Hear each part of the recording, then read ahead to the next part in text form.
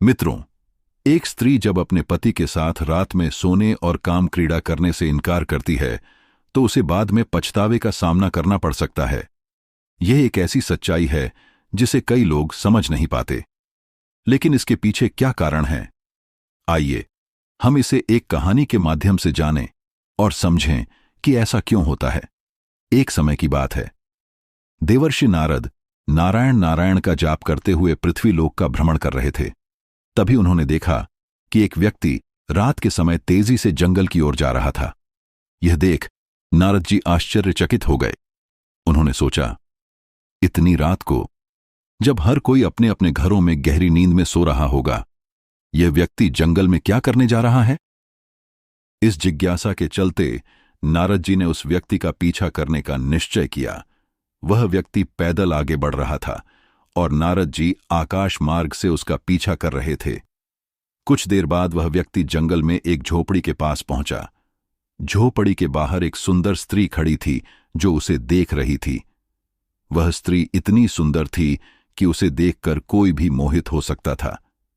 जैसे ही उस व्यक्ति ने झोपड़ी के पास पहुंचकर उस स्त्री को देखा, वह स्त्री बोली, हे स्वामी, मैं काफी देर से आपका इंतजार कर रही थी। आज आने में इतनी देर क्यों हो गई? इस पर वह व्यक्ति बोला, हे प्रिय, मेरी पत्नी आज काफी देर से सोई थी, इसलिए मुझे आने में विलंब हो गया।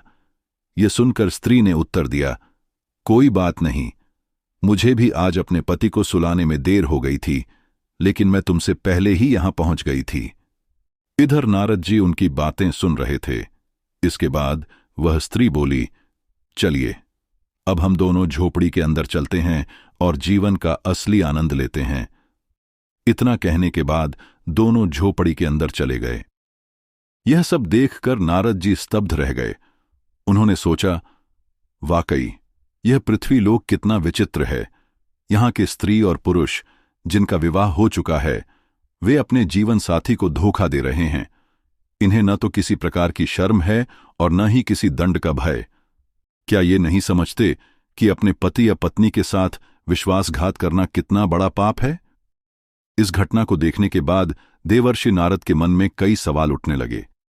इन सवालों का उत्तर पाने के लिए उन्होंने नारायण नारायण का जाप करते हुए आकाश मार्ग से कैलाश पर्वत की ओर प्रस्थान किया। कुछ ही समय में वे कैलाश पर्वत पर पहुंचे, जहां भगवान शिव अपने आसन पर विराजमान थे। देवर्षि नारद को आते देख भगवान शिव ने कहा, आइए देवर्षि नारद, कैलाश पर्वत पर आपका स्वागत है। देवर्षि नारद ने भगवान शिव को प्रणाम करते हुए कहा, हे प्रभु, आपके श्री चरणों में मेरा सादर प्रणाम। भगवान शिव ने मुस्कुराते हुए पूछा, हे नारद, आज अचानक कैलाश पर्वत पर पधारने का क्या प्रयोजन है? देवर्षि नारद ने उत्तर दिया, हे प्रभु, आज जब मैं पृथ्वी लोक का भ्रमण कर रहा था तो मैंने एक विचित्र घटना देखी। उस घटना ने मेरे मन में दो विकराल प्रश्न उत्पन्न कर दिए हैं। उन्हीं प्रश्नों का उत्तर पाने के लिए मैं आपके पास आया हूं। कृपा करके मेरी शंकाओं का समाधान करें। भगवान शिव ने कहा, हे नारद, तुम निश्चिंत होकर अपने प्रश्न पूछो। मैं तुम्हारे दोनों प्रश्नों का उत्तर अवश्य दूंगा। ये सुनकर नारद जी ने कहा, हे प्रभु, मेरा पहला प्रश्न यह है कि कुछ स्त्रियां अपने पति के साथ शयन क्यों नहीं करती और उन्हें काम क्रीड़ा से दूर क्यों रखती हैं? दूसरा प्रश्न यह है कि मनुष्य अपने जीवन में कौन सी 3 गलतियां करता है जिनकी वजह से उसे जीवन भर पछताना पड़ता है, और जो लोग उन गलतियों से बचते हैं उनका जीवन हमेशा खुशहाल बना रहता है। कृपया बताएं, मनुष्य को अपने जीवन में कौन से 3 कार्य कभी नहीं करने चाहिए?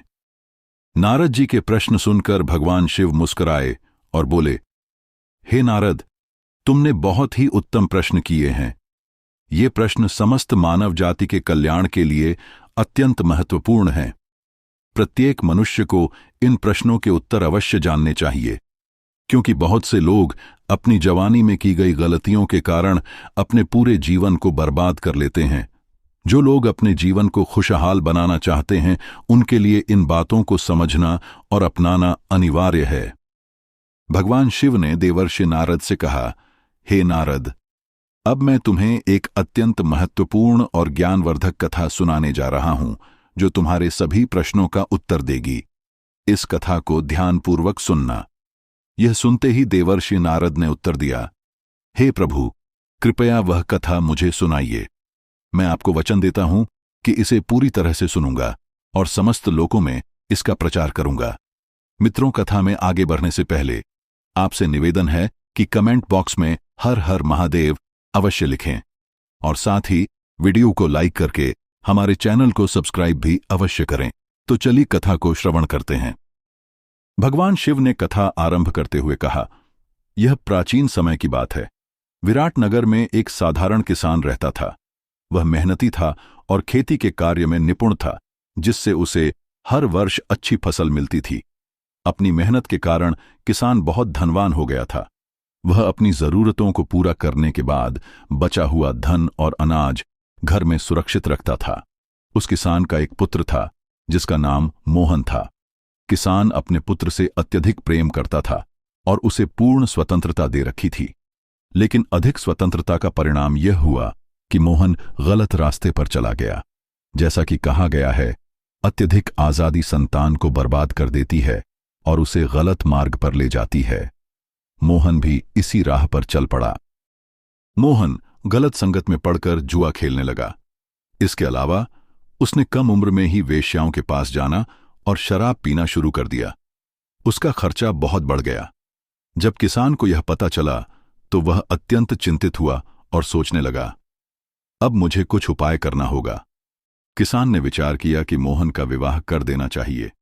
उसने सोचा कि जब उसकी पत्नी घर आएगी तो शायद वह उसे समझा पाएगी और उसे सही रास्ते पर ले आएगी। यह सोचकर किसान ने अपने पुत्र मोहन का विवाह करवा दिया। विवाह के बाद मोहन घर में ही रहने लगा, क्योंकि उसकी पत्नी अत्यंत सुंदर और रूपवान थी। कुछ समय बाद मोहन के माता पिता वृद्ध हो गए और एक दिन वे इस संसार को छोड़कर चले गए। भगवान शिव ने कहा, हे नारद, असली कहानी तो अब शुरू होती है। मोहन की पत्नी की सुंदरता के कारण उसकी काम वासना शांत होने लगी, लेकिन उसकी जुआ खेलने की आदत खत्म नहीं हुई। जुआ खेलते खेलते मोहन ने अपनी सारी संपत्ति खो दी। अब उसके पास न धन था न हुनर। एक दिन उसकी पत्नी ने कहा, अब तो हमारे घर में खाने तक को कुछ नहीं है। तुम राजा के पास जाकर कोई नौकरी मांग लो ताकि हम अपने जीवन का गुजारा कर सकें।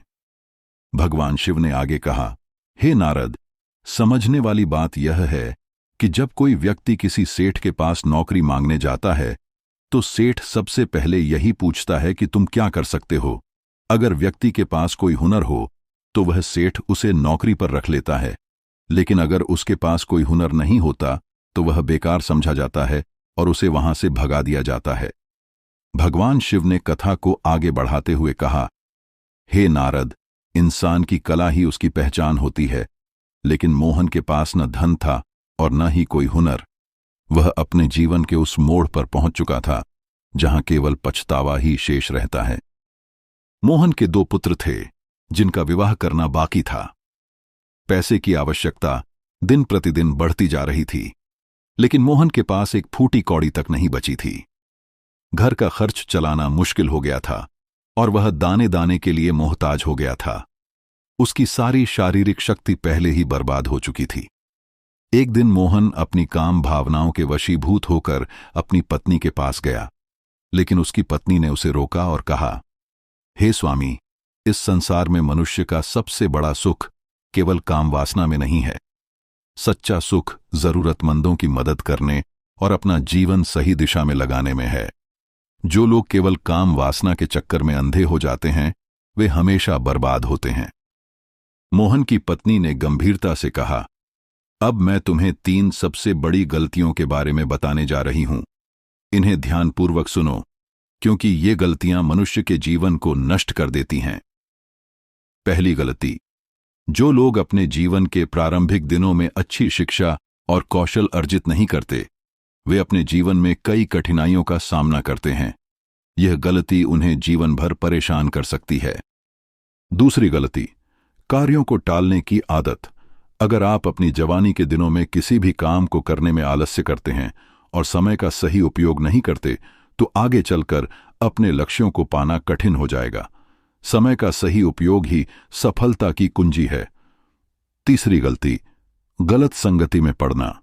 जवानी के दिनों में बुरी संगत और बुरी आदतों की लत आपकी तरक्की को रोक देती है और आपको बर्बादी की ओर ले जाती है। इसके साथ साथ अगर आप अपनी शारीरिक और मानसिक सेहत का ध्यान नहीं रखते तो आगे चलकर गंभीर बीमारियों का सामना करना पड़ सकता है। सेहत का ध्यान रखना अत्यंत आवश्यक है। इसके बाद मोहन की पत्नी ने कहा, हे स्वामी, तुमने अपने जीवन की शुरुआत ही गलत तरीके से की, इसीलिए आज हमें इस प्रकार की कठिनाइयों का सामना करना पड़ रहा है। अब मैं तुम्हारे साथ कोई शारीरिक संबंध नहीं रखना चाहती। हमारी उम्र आधे से अधिक हो चुकी है। अब मैं अपना समय भगवान की सेवा में लगाना चाहती हूं। भगवान हमारी सहायता अवश्य करेंगे। बाल अवस्था में ब्रह्मचर्य का पालन किया जाता है, फिर विवाहित जीवन का आरंभ होता है, जहां परिवार के निर्माण और संतानों की कामना की जाती है। जीवन के अंतिम चरण में जब मनुष्य वृद्ध हो जाता है तो उसे वापस ब्रह्मचर्य जीवन में लौटना चाहिए और भगवान की भक्ति, पूजा पाठ और कीर्तन में समय बिताना चाहिए। मोहन की पत्नी ने यह सही समझा कि अब उनका जीवन केवल परिवार और आत्मा को परमात्मा से जोड़ने के लिए है। उसने मोहन से कहा, हे स्वामी, अब हमें अपनी जवानी की गलतियों से सबक लेकर मेहनत पर ध्यान देना चाहिए। हमारे बच्चों का विवाह ही अब हमारा लक्ष्य होना चाहिए। मैं तुम्हारे साथ काम क्रीड़ा नहीं करना चाहती, क्योंकि मैं अपना जीवन भगवान की सेवा में लगाना चाहती हूं। भगवान हमारी अवश्य सुनेंगे और हमारी मदद करेंगे। कुछ समय बाद मोहन की पत्नी को एक वृद्ध महिला मिली। वह वृद्ध महिला अकेली थी और उसके पास कोई संतान नहीं थी। उसने अपनी पूरी संपत्ति मोहन की पत्नी को सौंप दी और मोहन के घर में रहने लगी। वह कहती थी, मुझे तो केवल 2 वक्त की रोटी चाहिए, तुम मेरा सहारा बनो। उस वृद्ध महिला की संपत्ति से मोहन का परिवार आर्थिक रूप से स्थिर हो गया। उसने अपने दोनों पुत्रों का विवाह भी कर दिया। उनका परिवार खुशहाल लगने लगा। भगवान शिव ने कहा, हे देवर्षि नारद, धन मिलने के बाद भी मोहन ने अपने व्यवहार में सुधार नहीं किया। उसकी पत्नी ने उसके साथ सोने और काम क्रीड़ा करने से मना कर दिया, जिससे मोहन असंतुष्ट हो गया। इसी असंतोष के कारण मोहन एक अन्य स्त्री के प्रेम जाल में फंस गया। हर रात वह अपनी पत्नी के सो जाने के बाद गांव के बाहर एक झोपड़ी में जाता था। वहां वह अपनी काम वासना को शांत करने के लिए उस स्त्री के साथ समय बिताता। इसके बाद दोनों अपने अपने घर लौट जाते। भगवान शिव कहते हैं, हे देवर्षि नारद, मेरा कहने का मतलब यह है कि स्त्री को इस तरह अपने पति का एकदम से त्याग नहीं करना चाहिए, जैसा मोहन की पत्नी ने किया था। क्योंकि जो स्त्री अचानक अपने पति के साथ सोना छोड़ देती है और उसके साथ काम क्रीड़ा करना बंद कर देती है, उसका पति गलत रास्ते पर निकल ही जाता है। पति को धीरे धीरे सही रास्ते पर लाया जा सकता है, लेकिन एकदम से नहीं। अब मैं स्त्रियों के लिए 4 महत्वपूर्ण बातें बताता हूं जो किसी भी स्त्री को कदापि नहीं करनी चाहिए। नंबर 1, रात्रि में पति के साथ विश्राम करना न छोड़ें। स्त्री को अपने पति के साथ रात्रि में विश्राम करना और उसके साथ सोना बिल्कुल बंद नहीं करना चाहिए। यदि कोई स्त्री ऐसा करती है तो उसका पति दूसरी स्त्रियों की तलाश में निकल ही जाता है। इसलिए स्त्री को चाहिए कि वह अपने पति के साथ रात्रि में सोने का त्याग न करे। नंबर 2, पति के साथ काम क्रीड़ा करना बंद न करें। स्त्री को अपने पति के साथ काम क्रीड़ा करना भी बंद नहीं करना चाहिए। जो स्त्री अपने पति के साथ काम क्रीड़ा नहीं करती या इसे अचानक बंद कर देती है, उसका पति व्यभिचारी बन जाता है और पराई स्त्रियों के साथ व्यभिचार करने लगता है, क्योंकि स्त्री ही अपने पति को व्यभिचार करने से बचाती है। नंबर 3, पति की इच्छाओं को पूरा करें। जो स्त्री अपने पति की सभी उचित इच्छाएं पूर्ण करती है और उसे एक दिन सही रास्ते पर लाकर खड़ा कर देती है, वही स्त्री उत्तम मानी जाती है। लेकिन जो स्त्री अपने पति से शारीरिक संबंधों का त्याग कर देती है, वह अपने पति के व्यभिचारी होने की दोषी कहलाती है। इसलिए हर स्त्री को चाहिए कि वह अपने पति के साथ काम क्रीड़ा करे और उसकी काम वासना को शांत करे, ताकि उसका पति पराई स्त्री के चक्कर में व्यभिचार न कर पाए। नंबर 4, पति को सही रास्ते पर लाए। स्त्री को चाहिए कि यदि उसका पति काम वासना में अधिक लिप्त रहता है तो उसे धीरे धीरे सही रास्ते पर लाए, उसे अच्छी अच्छी भगवत चर्चाएं सुनाए, अच्छा अच्छा सत्संग करवाए और जहां भगवान की चर्चाएं चलती हों वहां उसे लेकर जाए ताकि उसकी दूषित बुद्धि में सुधार आ सके। इससे वह धीरे धीरे सही मार्ग पर आकर भगवान का भजन और तप कर सके। तभी पति पत्नी का जीवन सफल हो सकता है। ऐसा नहीं होना चाहिए कि स्त्री तो भगवान के भजन में लिप्त हो जाए और पति व्यभिचार करने लगे। यदि स्त्री ने पति के साथ शारीरिक संबंधों का पूर्ण त्याग कर दिया और पति व्यभिचार के मार्ग पर चल पड़ा तो यह भी गलत है, क्योंकि पति पत्नी जिंदगी रूपी गाड़ी के दो पहिए होते हैं। अगर एक पहिया रास्ते से बाहर निकल जाए तो गाड़ी चलने में झटका लगता है। इसीलिए स्त्री को चाहिए कि हर प्रकार से अपने पति की इच्छाओं को पूर्ण करते हुए उसे सही रास्ते पर ले आए। जो स्त्रियां ऐसा करती हैं वे इस समाज में सर्वश्रेष्ठ मानी जाती हैं। वे न केवल अपने पति को गलत रास्ते पर जाने से रोकती हैं बल्कि उसे व्यभिचार करने से भी बचा लेती हैं। ऐसा करने से वह न केवल अपना बल्कि अपने पति का भी कल्याण कर देती हैं। भगवान शिव कहते हैं, हे देवर्षि नारद, अब तो आप जान ही गए होंगे कि जिस पुरुष को आपने उस झोपड़ी में एक स्त्री के साथ काम क्रीड़ा में लिप्त देखा था वह मोहन ही था। उसकी स्त्री ने उसके साथ शारीरिक संबंधों से पूरी तरह मुंह मोड़ लिया था। न तो वह उसके साथ सोई थी और न ही उसके साथ काम क्रीड़ा करती थी। अपनी काम वासना को शांत करने के लिए मोहन पराई स्त्री के साथ व्यभिचार में लिप्त हो गया था, जिसे आपने देखा। देवर्षि नारद अपने प्रश्नों का उत्तर जानकर बहुत प्रसन्न होते हैं और नारायण नारायण का जाप करते हुए वहां से प्रस्थान कर जाते हैं। मित्रों, वीडियो अगर पसंद आया हो तो वीडियो को लाइक करें, हमारे चैनल को सब्सक्राइब भी अवश्य करें और अपने दोस्तों के साथ शेयर जरूर करें। कमेंट बॉक्स में हर हर महादेव लिखना न भूलें। वीडियो को पूरा देखने के लिए आपका बहुत बहुत धन्यवाद।